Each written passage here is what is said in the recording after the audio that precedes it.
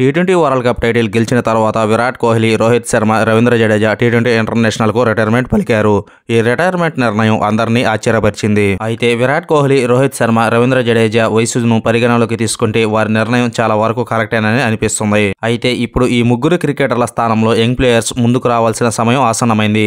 విరాట్ కోహ్లీ, రోహిత్ శర్మ, జడేజా 10 సంవత్సరాలకు పైగా భారత టీ20 జట్టులో ఉన్నారు. టీ20 ఇంటర్నేషనల్లో ఈ అనుభవజ్ఞులైన ప్లేయర్స్ను భర్తీ చేయగల ఆ ముగ్గురు యంగ్ ప్లేయర్స్ ఎవరో ఇప్పుడు మనం తెలుసుకుందాం. నెంబర్ 1 రింకు సింగ్. ఐపీఎల్ 2023లో ఎస్ దయాల్పై ఒకే ఓవర్లో 5 సిక్స్లు కొట్టిన తర్వాత రింకు సింగ్ జాతకమే మారిపోయింది. ప్రస్తుతం రింకు సింగ్ టీ20 ఇంటర్నేషనల్లో అత్యుత్తమ ఫినిషర్గా మారాడు. రింకు సింగ్ ఇప్పటి వరకు 15 ఇన్నింగ్స్లలో 83.20 సగటుతో 416 రన్స్ చేశాడు.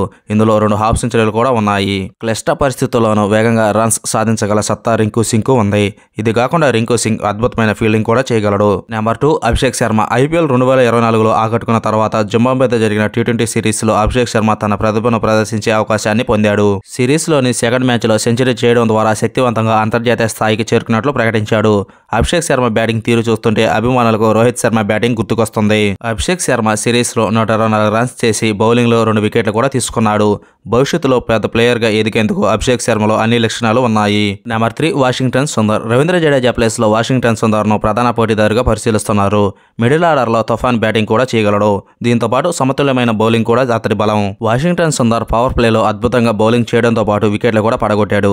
జింబాబ్వేపై తన అద్భుతమైన ఆల్రౌండర్ ప్రదర్శన కారణంగా Washington Sundar player of the సిరీస్గా కూడా ఎంపికయ్యాడు. హాయ్ క్రికెట్ లవర్స్, మన వీడియోస్ని చూస్తున్నారు కానీ లైక్ చేయడం లేదు. ఈ వీడియో కానీ నచ్చితే ఒక లైక్ చేయడం మాత్రం మర్చిపోకండి.